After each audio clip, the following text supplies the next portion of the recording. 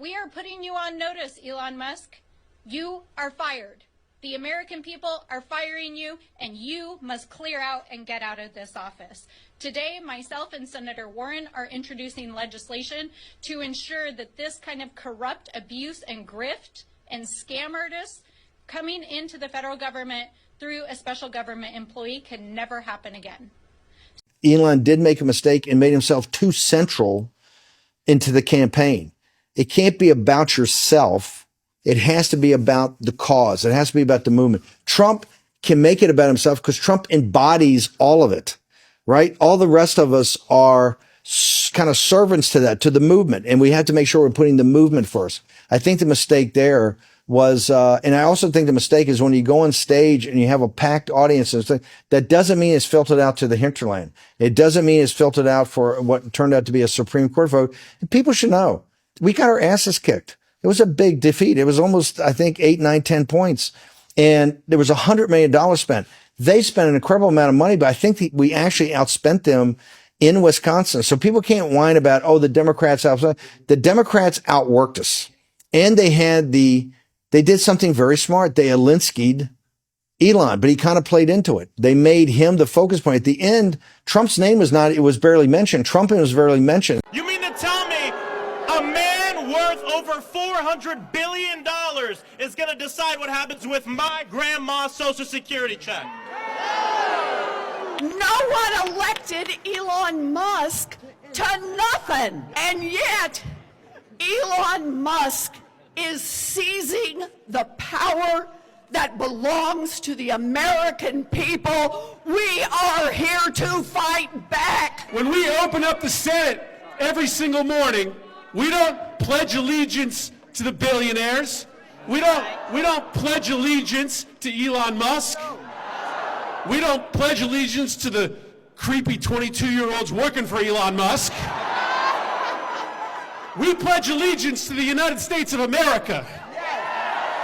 And so I want to make sure that my mother gets her Social Security check, not because she pledges allegiance to Elon, but because she pledges allegiance to the United States of America. This is the most corrupt bargain we've ever seen in American history. Elon Musk gives $250 million to elect Donald Trump, and Donald Trump turns over the keys to the United States government to Elon Musk and his billionaire friends and his cronies. Are we going to let that stand? No. Hell no, we're not going to let that stand. We know who we work for. We know that we work for the American people. And what we're not going to do is stand around while they pull this bullshit that they're trying to pull right now. We are going to be in your face. We are going to be on your ass. And we are going to make sure, you understand what democracy looks like. And this ain't it.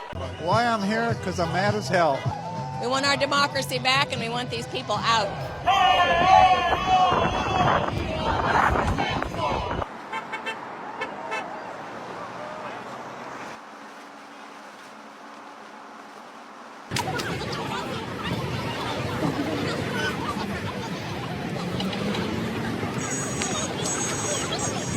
He's undermining democracy. He's working with Donald Trump and the Republican Congress in order to undermine democracy in the United States. And we're not standing for it. So Tuesday did not go the way that Elon Musk had hoped it would, and of course, he did not manage to purchase a Supreme Court seat on the Wisconsin Supreme Court. It did, in fact, go to the Democratic candidate, keeping control of that court in the hands of the Democrats. Elon Musk had tried everything from doing rallies to handing out millions of dollars to pre-selected people that nearly got him in a lot of trouble, and none of it worked. In fact, it was so bad that almost every single county in the state shifted to the left. Like, that's how bad it was. It's not just that, oh, your candidate lost. You, Elon Musk, inserting yourself into this became so toxic that you shifted the state of Wisconsin further to the left. So thank you for that, by the way. But you would think, right, that Republicans would be upset. You know, we didn't get this Supreme Court seat. We wanted it. We needed it. And we don't have it. But according to reporting that actually happened the day before the election, Republicans were hoping to lose, not because they didn't want the Supreme Court seat, but because they wanted to show that Elon Musk is toxic. As Politico reported, Musk has supercharged the backlash to Trump and accelerated the revival of demoralized Democrats and independents appalled by the billionaires' cavalier attempt to slash the federal government. If they don't push the White House to cut Musk loose, Republicans are tempting a replay of 2017 and 2018 when Democrats scored gains in Trump's first term, but with twin targets for the left this time. So, the story continues. An April 1st massacre would be a beautiful thing, said one of the GOP lawmakers, because it would rouse congressional Republicans to the damage Musk is doing and hand political capital to the lawmakers facing the most difficult races next year. There will be 26 or so people watching Tuesday, and they'll decide how they want to be part of the team going forward, said the House Republican, alluding to the most endangered GOP lawmakers. The GOP lawmakers, this member said, grasp the political damage Musk is doing because, quote, the shit he puts up on the internet about government spending or savings is wrong, but when it relates to their districts, it gets picked up by both these MAGA base and their local media outlets, angering different blocks of voters. Another House Republican simply said, Elon's work needs to wrap up and he needs to exit stage left. So they wanted to lose, kind of. Mostly they wanted Elon Musk to lose, because these Republicans do in fact understand that Elon Musk has not done a single thing that has endeared the public to him or to this administration. In fact, everything that Elon Musk has done up to this point has caused both his approval rating and Donald Trump's approval rating to effectively bottom out. Donald Trump this week actually hit a historic new low for his approval rating at this point in his administration. So things are going very badly, and they're not getting any better. So Republicans may think that, okay, we can show that Elon Musk lost, that he's not able to buy every election. Maybe Trump will kick him out, right? That's not going to happen. Donald Trump has already bent over backwards to protect Elon Musk. And Elon Musk was recently out there kind of boasting about the fact that he has complete control over Trump, weaponizing the DOJ to go after people protesting Tesla. Elon Musk is embedded in this administration. There is no doubt about that. And there is no way to change that.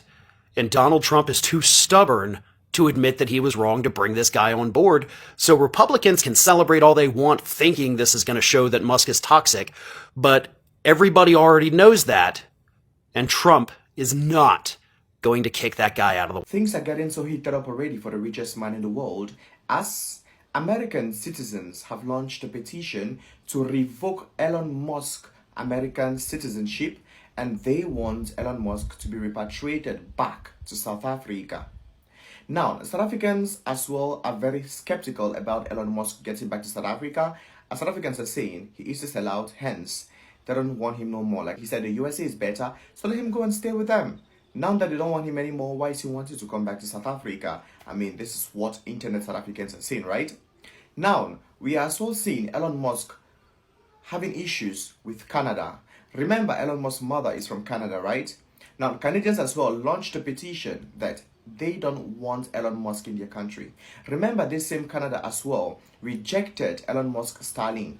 Remember that in the US, things are not moving so well for Elon Musk Tesla vehicles, as some Americans hit them streets and they had to burn down all Tesla vehicles that they could access at the moment, close down some Tesla shops in protest, and this definitely wasn't received well, especially by the Republicans, because most of the people committing this act were the Democrats allegedly. So things are not so well for Elon Musk. But beautifully enough, Saudi Arabia has opened its arms and welcomed Elon Musk with his Tesla vehicles, and right now Tesla vehicles are now in sale in Saudi Arabia.